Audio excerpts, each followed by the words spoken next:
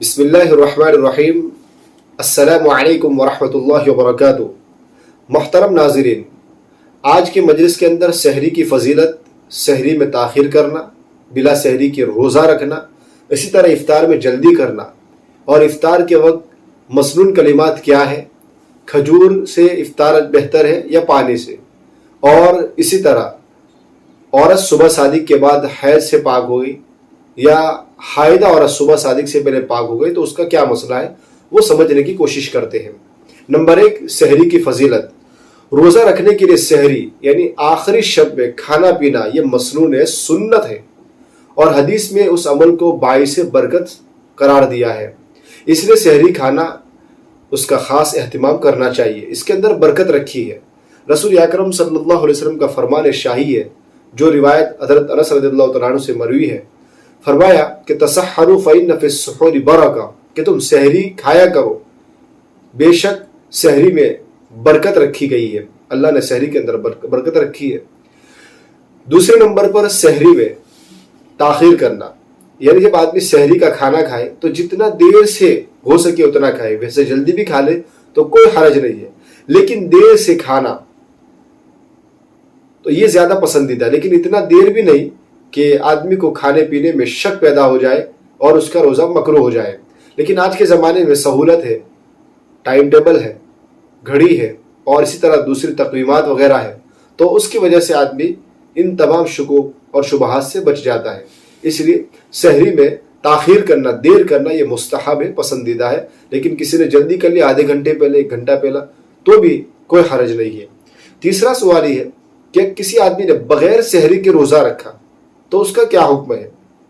اگر کسی آدمی نے سحری کی تو سحری کھانا تو سنت ہے، مسنون ہے، لیکن اگر کسی نے سحری کھائی نہیں اور سحری کے بغیر روزہ رکھ لیا، کبھی ایسا ہوتا ہے کہ آدمی سوتا رہ گیا یا سفر کی وجہ سے کہیں کوئی چیز میسر نہیں آئی سوائے پانی کی، یا کبھی سو ہی گیا آدمی، تو بغیر سحری کے آدمی روزہ رکھ لیا تو نیت کر لی تو اس کا روزہ درست ہے۔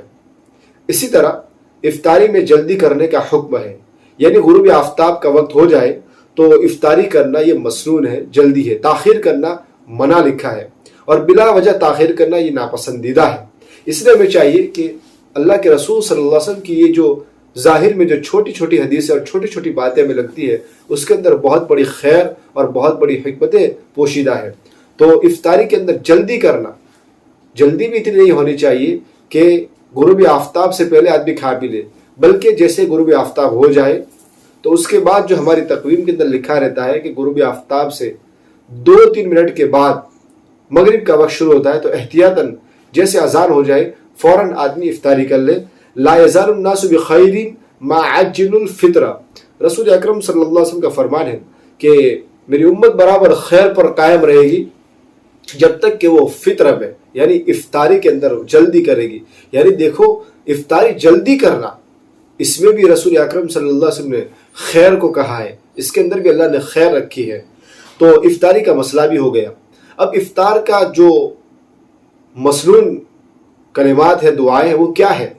افطار کرتے وقت الگ الگ کلمات پڑھے جاتے ہیں، اور اللہم لک صمت وبک آمنت وعلیک توکلت وعلی رزقک افطرت فتقبل منی، یہ بھی پڑھ سکتے ہیں۔ اسی طرح اللہم لک صمت وعلی رزقک افطرت فتقبل منی، یہ بھی پڑھ سکتے ہیں۔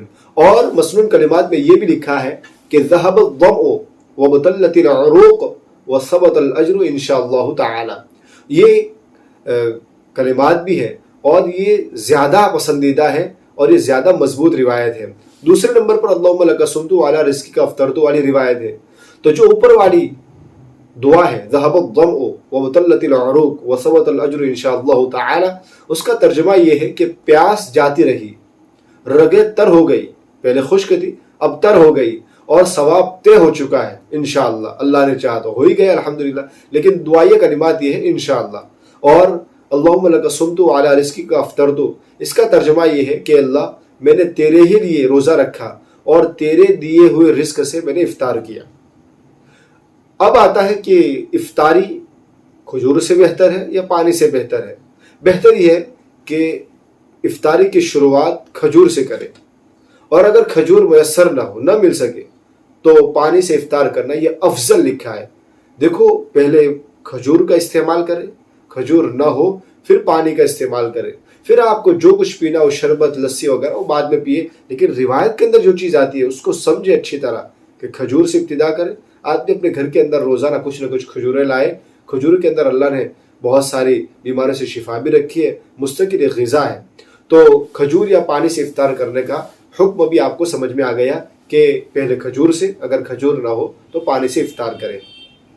اسی طرح عورت صبح صادق کے بعد حیض سے پاک ہوئی، اگر کوئی عورت صبح صادق کے بعد دن میں کسی وقت حیض یا نفاس سے پاک ہو گئی تو آج کے دن وہ روزہ نہیں رکھ سکتی، بلکہ بعد میں اس کی قضا کرے گی۔ البتہ روزے داروں کی طرح شام تک وہ کھانے پینے سے احتراز کرے، بچے، کوشش کرے جتنا ہو سکے، اس پر لازم بھی نہیں ہے، لیکن وہ کیا کرے گی؟ احتراز کرے گی، پرہیز کرے گی۔ اسی طرح حائضہ عورت، جو عورت حیض والی تھی، صبح صادق سے پہلے پاک ہو گئی، یعنی ابھی روزے کا وقت شروع نہیں ہوا تھا، فجر کا وقت شروع نہیں ہوا تھا جو صبح صادق کہا جاتا ہے، اور عورت پاک ہو گئی تو اس کے لیے کیا مسئلہ ہے؟ تو نمبر 1 کہ اگر وہ 10 دن مکمل حیض میں رہ کر پاک ہوئے، 10 دن مکمل ہوئے پھر پاک ہو گئی ہے، تو اب خواہ صبح صادق سے پہلے وہ اس غسل کا موقع ہو، وقت ملے یا نہ ملے، بہرحال وہ اس دن روزہ رکھے گی۔ اسی طرح اگر 10 دن سے کم میں وہ پاک ہوئی تو یہ دیکھا جائے گا کہ صبح صادق سے پہلے وہ غسل کر کے پاک ہو سکتی ہے یا نہیں۔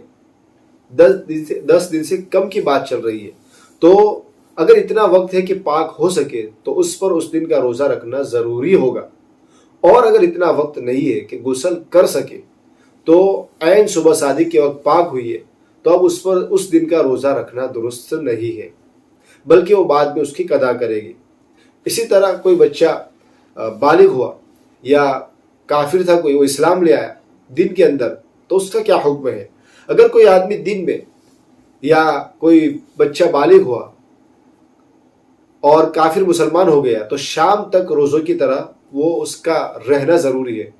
وہ روزہ تو نہیں رکھ سکتا، اس کا روزہ بھی شمار نہیں ہوگا، لیکن روزے دار کی طرح وہ کچھ کھائے گا بھی نہیں اور پیے گا بھی نہیں، اور اسی طرح میاں بیوی کی جو ملاقات ہے وہ بھی نہیں کرے گا۔ اسی طرح کوئی آدمی نصف النہار سے قبل بالغ ہونے والے بچے کے نفل روزے کا کیا حکم ہے؟ تو اس کا آسان جواب یہ ہے کہ اگر بچہ نصف النہار سے آدھے دن سے پہلے بالغ ہو جائے اور اس نے اب تک کوئی منافی روزے کا کام نہیں کیا ہے، یعنی روزے کو توڑنے، روزے کو ختم کرنے والی کوئی چیز نہیں کی ہے، تو نفل روزے کی نیت کر سکتا ہے۔ تو یہ کچھ ضروری مسائل تھے، آپ حضرات کے سامنے رکھ دیے۔ اللہ جل شانہ ہمیں ان مسائل کو سمجھنے کی توفیق عطا فرمائے۔ وآخر دعوانا الحمدللہ رب العالمین۔